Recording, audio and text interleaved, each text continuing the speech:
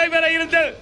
மதுரை மாநகரத்தை முற்றுகையிட விவசாயிகள் திரண்டு விட்டார்கள் என்பதால் இன்று காலை 10 மணிக்கு அந்த கூட்டத்தை மத்திய அரசு ரத்து செய்திருக்கிறது.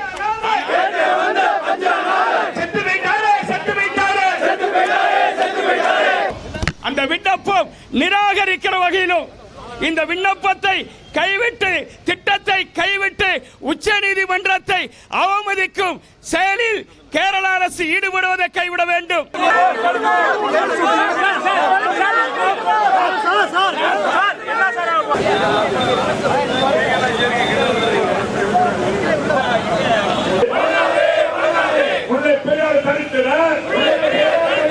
புதிய உலகை கட்டிட அவர்களும் எழுதுவார். அவரை உரிமை காத்திட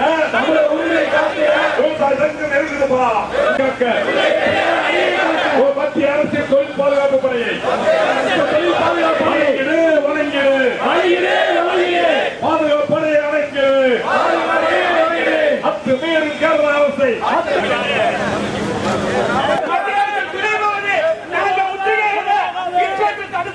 எங்களுக்கு அனுமதி விடுப்பார். நாங்கள் எங்க வாழ்வாதார கண்டிக்கிறோம் காவல்துறையை கண்டிக்கிறோம்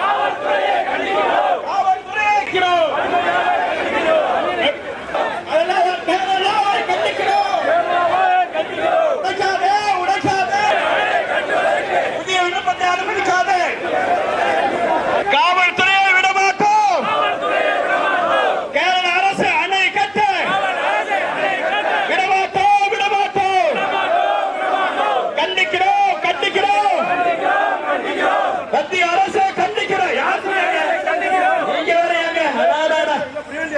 நீங்க பிரிவெண்ட் அரசு பண்ணுங்க, சிறையில தள்ளுங்க. எங்க வாழ்வாதாரம் உரிமையை மீட்பதற்கு உயிரை இழக்கவும் தயாராக இருக்கிறோம். கண்டிக்கிறோம். மத்திய அரசை கண்டிக்கிறோம். மோடி அரசை கண்டிக்கிறோம். திரும்ப பெறவே விடமாட்டோம். தமிழ்நாடு அரசை விடமாட்டோம். முற்றுகையிடுவோம். வருமானத்தை வரித்து கட்டி முடிக்க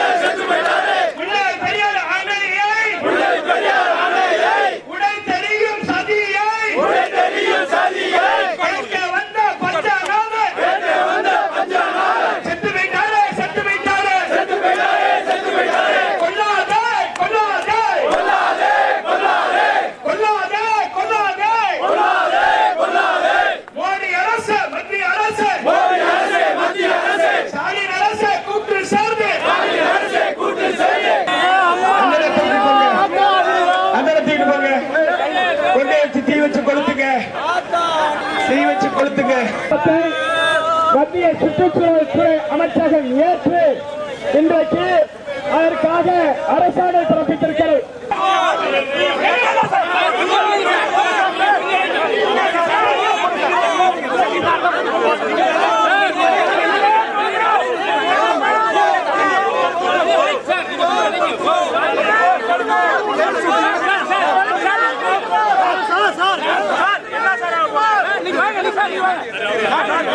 கேரள அரசுடைய சட்டவிரோத விண்ணப்பத்தை ஏற்று இன்றைக்கு ஆய்வு செய்வதற்கான கூட்டம் நடைபெற இருந்தது.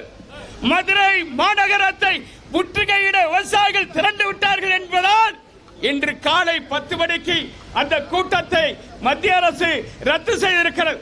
ஆனால் அது நமக்கு வெற்றியாக தெரியலாம். ஆனால் மத்திய அரசு சுற்றுச்சூழல் அமைச்சகத்தின் மூலம் கேரள அரசுடைய புதிய அணை கட்டுமான விண்ணப்பம் முல்லை பெரியாறு உடைப்பதற்கான மறைமுக ஆதரவோடு அந்த விண்ணப்பத்தை ஏற்றுக்கொண்டிருப்பதை நாங்கள் அனுமதிக்க மாட்டோம். அந்த விண்ணப்பம் நிராகரிக்கிற வகையிலும் இந்த விண்ணப்பத்தை கைவிட்டு திட்டத்தை கைவிட்டு உச்ச நீதிமன்றத்தை அவமதிக்கும் செயலில் கேரள அரசு ஈடுபடுவதை கைவிட வேண்டும். மத்திய அரசு துணை போவதை கைவிட வேண்டும். தமிழ்நாடு அரசு தீவிரமாக சட்ட போராட்டம் நடத்த வேண்டும்.